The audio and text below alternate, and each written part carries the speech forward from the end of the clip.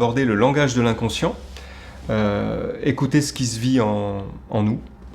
En fait, nous sommes des êtres de conscience, c'est-à-dire que nous prenons conscience, ce qui n'est pas forcément un modèle qui est assez classique et intégré par les gens. Donc l'inconscient, c'est tout ce dont on n'est pas conscient ou qu'on ne contrôle pas forcément consciemment. Vous savez qu'en Occident, il y a vraiment des croyances très fortes associées aux notions de Descartes, comme cogito ergo sum, je pense donc je suis, et qui à mon avis crée une illusion de conscience et d'identité, c'est-à-dire je pense donc je suis. Les gens pensent que qu'ils sont un peu leurs pensées. En fait, cette phrase crée une sorte de confusion au niveau de l'identité. Or, quand on s'intéresse vraiment à l'observation de l'inconscient, notamment en pratiquant l'hypnose depuis plus de 15 ans, je me suis rendu compte que l'inconscient parle avec plusieurs langages différents. Pas seulement des sensations physiques, pas seulement des émotions, les pensées aussi sont le langage de notre inconscient. Comment la plupart des personnes vont décrire ce qu'elles vivent dans leur mental, elles vont dire « je pense ». Donc forcément, je, c'est soi, et bien quelque part c'est notre identité. Alors que moi, je crois de plus en plus qu'en fait on prend conscience d'une pensée, sauf que si on est dans le monde des pensées, eh bien il n'y a pas d'autre chose qui existe.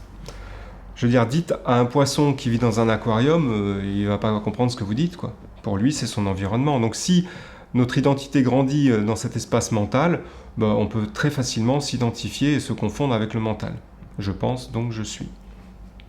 En fait, les pensées, c'est un langage. Les émotions sont un langage, les sensations physiques sont un langage. À quoi ça sert ? Il est clair que lorsqu'on ressent une douleur, on va peut-être s'intéresser à cette douleur, est-ce qu'elle a une origine physiologique ? Et si elle a une origine physiologique, ça va nous permettre d'agir pour se soigner, pour guérir. Certaines douleurs n'ont pas d'origine physiologique. Donc l'origine, elle est peut-être psychologique. Et on devra s'y intéresser autrement. Une autre partie du langage de l'inconscient sont les émotions. Et vous n'êtes pas non plus vos émotions, pas plus que vous êtes vos pensées ni votre corps. Donc vous n'êtes pas vos émotions, ni votre corps, ni vos pensées, vous êtes peut-être tous là, ou celui ou celle qui en prend conscience, et ça change tout. L'humain est donc un être de conscience.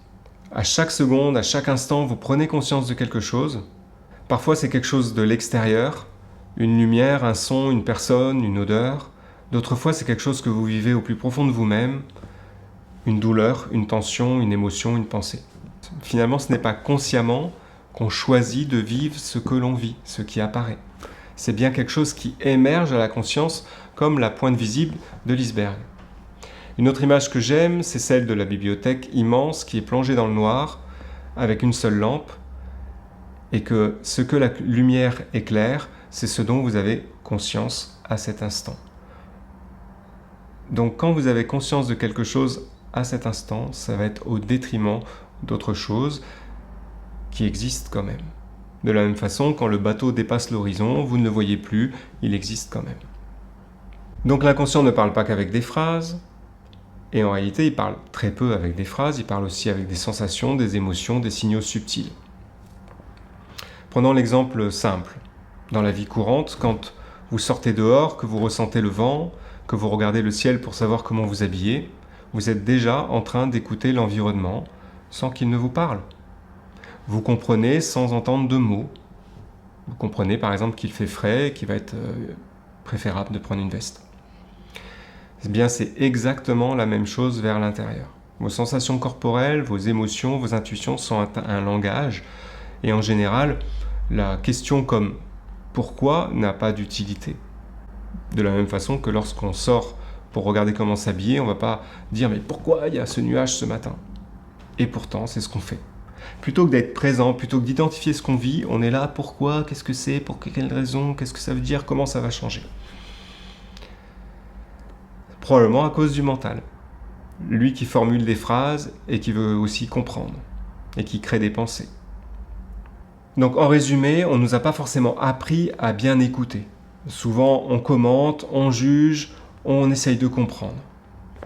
L'idée, c'est plutôt d'identifier, d'observer. Parce que le mental qui formule des phrases, qui crée des pensées, peut nous polluer.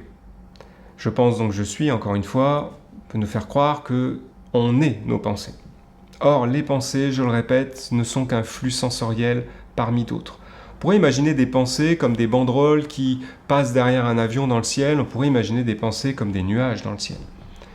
D'ailleurs, une pensée, ça se regarde. Et souvent, les gens qui méditent commencent à voir des trajectoires de leurs pensées, comme s'il y en a une qui vient de là, l'autre elle vient comme ça, peut leur donner une vitesse, etc. C'est assez amusant. Et quelque part, si on peut l'observer, c'est qu'on n'est pas cette pensée. Pourquoi c'est fondamental ? Parce que si vous ne vous limitez pas à ce que vous pensez, vous pouvez alors écouter ce que vous ressentez. Et même accueillir ce qui veut émerger. C'est cela, le langage de l'inconscient. Pas que des mots, mais des manifestations à décoder. Et vous vous reconnectez à l'ensemble de votre être, pas seulement une partie. Et à force d'attention, la lampe dans la bibliothèque s'élargit, comme si le focus s'élargit. Et vous prenez conscience de plus de choses. Vous pouvez agir en conscience au lieu de réagir en automatisme de façon inconsciente. Pour conclure, vous ne pouvez pas changer ce dont vous n'avez pas conscience, pour commencer.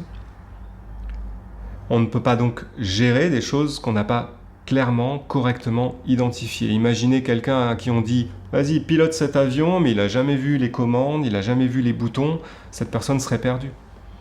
La première donc des choses qu'on a à faire lorsqu'on veut arriver à se gérer, c'est tout simplement d'observer et d'identifier. Apprendre à écouter. Votre corps parle, les émotions parlent, votre inconscient parle à sa façon. Encore faut-il lui laisser de l'espace au lieu de remplir chaque silence par une pensée. Et puis surtout, écouter, ça ne veut pas non plus dire être d'accord. C'est une posture neutre. On peut très bien écouter ses enfants et leur dire non. En même temps, c'est important d'observer la vie telle qu'elle se manifeste, sans tension, sans avis. Et quand vous faites cela, vous découvrez qu'il y a un autre niveau d'intelligence, celui qui ne pense pas, mais qui sait.